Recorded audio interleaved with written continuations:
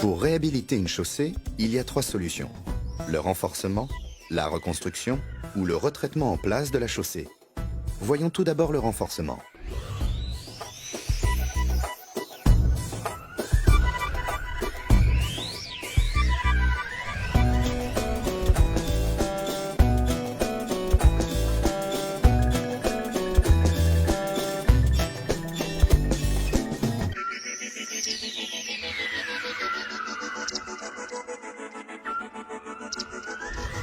Nous venons de voir la technique du renforcement. Cette technique consiste en l'apport d'une couche épaisse de matériaux sur la chaussée existante, ce qui nécessite de faire appel à une noria de camion pour acheminer sur le chantier des matériaux élaborés en grande quantité. D'autre part, outre la réduction de sa largeur, l'élévation du niveau de la chaussée entraîne le rehaussement de tous les ouvrages annexes à la route, fossés, trottoirs, ainsi que la réduction du gabarit sous les ouvrages d'art. Revenons au début et voyons ensemble la méthode de reconstruction.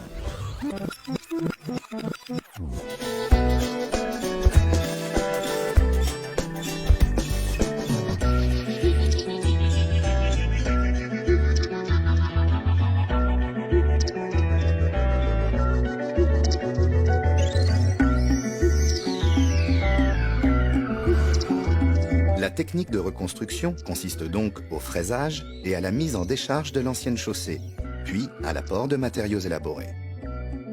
Cette technique nécessite de faire appel à une noria de camion pour, d'une part, mettre à la décharge les matériaux anciens et d'autre part, acheminer sur le chantier des granulats en grande quantité. Or, la raréfaction des ressources en granulats et les nuisances générées par les transports ont incité les décideurs à utiliser les liants hydrauliques pour le retraitement des chaussées en place.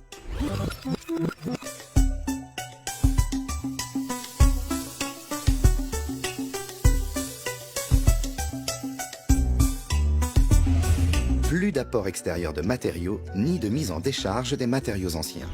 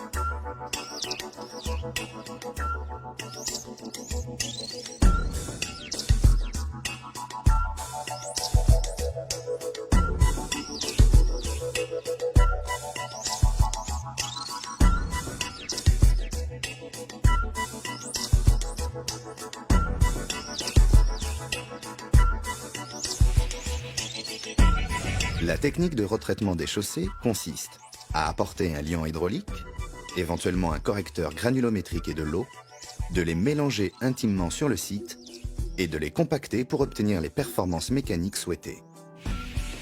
En effet, la résistance à la compression RC doit être supérieure à 2,5 mégapascales pour permettre la remise en circulation. Le rapport RC immersion à 60 jours sur RC 60 jours doit être supérieur à 0,6 ou 0,8 en fonction de la valeur au bleu du sol VBS pour garantir l'insensibilité à l'eau. La résistance au gel est mesurée par le test de résistance à la traction brésilienne RTB qui doit montrer un résultat supérieur ou égal à 0,25 mégapascales. Et enfin, les performances mécaniques doivent être au minimum de classe 5. Quels sont les dosages nécessaires pour obtenir ces différentes performances? Pour répondre à cette question, il faut faire des études de laboratoire sur des matériaux prélevés.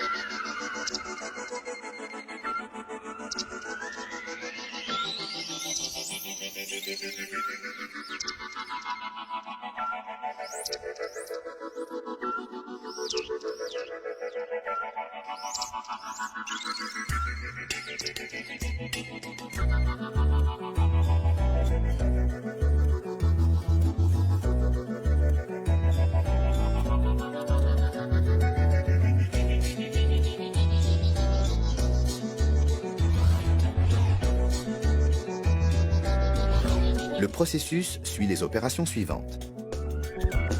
Scarification, épandage, malaxage, réglage, compactage.